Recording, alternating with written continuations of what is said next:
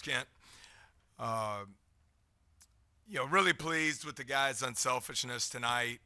I liked, not really worried about the score. I liked the look of our team, the athleticism and the size, and the unselfishness tonight. And of course, the shot making. I think we got some open looks, but you got to step up and knock them down. And you look at the three wings, with Jordan, Tyrell, and Mwani going 14 to 22 from three, was good for us. Again, we're missing some guys, but all in all, this was good for us to get out here and shoot the ball well and play unselfish basketball, trying to do some things a little bit differently on the defensive side of the ball that really benefit our personnel better. And so I thought it was good to get to do that tonight. As for availability, and the guys who were not here or were out tonight, starting with Jalen Cook, still awaiting final word on his eligibility status for the season ahead. Obviously, I know the opener is a week from tonight. Injury-wise, Trey Hannibal was not on the bench. He was out with an illness. Would expect to be him back in practice on Wednesday. Hunter Dean was on the bench, out with an injured shoulder day to day, getting closer to 100%, went through shoot around today and hope to have him full go on Wednesday. And then Derek Fountain had been playing really well, dealing with a stomach issue that's held him out for the last week. And again, day to day, hopeful to have him back ready to go for the opener against Mississippi Valley State. And I think that covers everybody. So open it up from there. Yeah, you kind of mentioned the unselfishness there. What did you like about Mike Williams and kind of as a ball handler for you guys? Because he looked like he was pretty seamless out there as kind of one of the offensive initiators for you guys. Yeah, one of my favorite words in sports these days is stability. And he provides stability. He's just solid as a rock. He's tough as nails. He's a great communicator.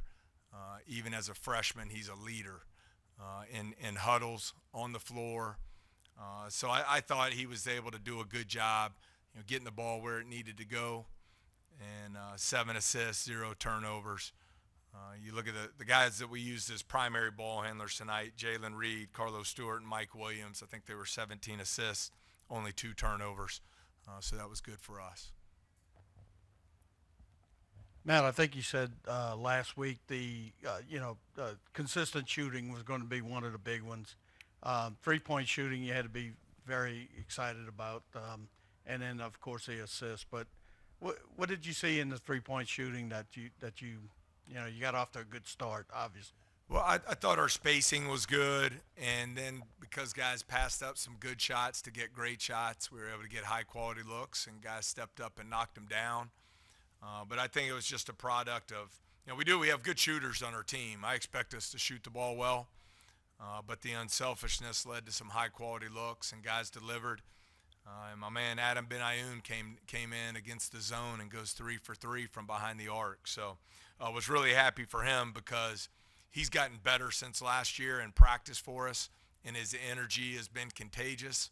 And I think he's worked extremely hard, and I was excited to see him have a good moment there. We obviously saw that the team could shoot it tonight, but can you kind of talk about what you saw from your group's defensive outing? Yeah, I think to the shooting, obviously you got to prove it consistently, night in, night out. But I think we're well equipped there to be a good 3-point shooting team. We all know today's game. A lot of college basketball games, over half the shots come from behind the arc. So you better be able to shoot it. You better be able to defend it. As for the defensive side of the ball, to your question, I thought we were active in our press. I thought we did a pretty good job rotating out of it.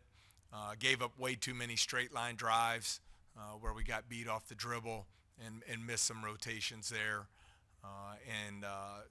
Double digit, 11 offensive boards allowed is way too many second shot opportunities, and those will certainly be addressed in the 4 practices we have left going into the opener. Yeah, Coach, kind of mentioning that press, do you anticipate y'all being a little bit more aggressive on the defense side of the ball with the personnel you have this year? Yeah, I like it. I think the way the defensive system is structured this year fits our personnel really well. Not only do we have size and athleticism in the front court, I think when you look at the back court, Tyrell Ward at 6'7", really long athlete. Jordan Wright, 6'6", 220, can guard multiple positions on the floor. Mwani's played in a switching defense here in the past where he was very successful on that end. So, that's certainly the hope, is to continue to get better on the defensive side of the ball. And as I said, got to clean up some of those second shot opportunities because you hope that can then fuel your transition offense attack. Matt, was it beneficial to play a kind of a game tonight rather than another scrimmage against a Division I opponent? Yeah, I think it's a tough call there. I could make the argument either way. I love the scrimmages. You can play a million different combinations. You can play 3-4 halves. You can do special situations. And so I think those are really beneficial. But I think it's beneficial as well to get to play a game on your home floor with people in the arena, go through your pregame routine from how you're going to warm up, how you do shoot around, what you do at halftime with film study and all those things. So not to straddle the fence, but I could make the argument either way. Yeah, I think at one point you guys had Corey, Will, and I believe Jalen were out Reed. there. I mean, just what do you like about the size unit out there when you have, three guys that are, 6'9", 6'10", 6'11"? What does that do for you guys? Well, I think a big key to that, Glenn, is Jalen Reed's development as a player. I'm sure you probably noticed he looks a lot different than he did a year ago, about 6'10", 242 pounds. And it's really been a huge step forward for him this offseason in his decision-making and limiting his turnovers. His turnover rate was way too high a year ago. And then he's really improved his finishing at the basket. And so because he's just this unique player at 6'10", 240 with his perimeter skill level, you can put two other front court guys out there on the floor with him and be effective. And then Will Baker's skill level as well, a really good passer, a guy who can see over the defense and very unselfish player. Hey, Coach. Obviously, Jordan Wright, a very talented player, but not really known as a shooter. So tonight, just what did you see from him beyond the arc, and just what kind of an offensive role do you think he'll play for the team this year? Well, I've really challenged him. I think it's a good observation and a fair question.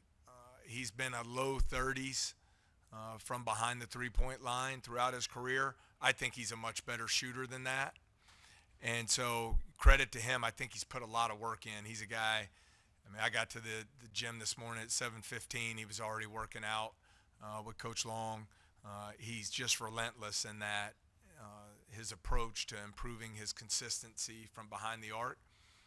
So I believe he's a guy who can be a 40% plus three-point shooter this year. And that's the hope and expectation for him. I know he's going to put in the work to make it happen. And if we can create high-quality shots for him, I think you'll see him shoot it very consistently.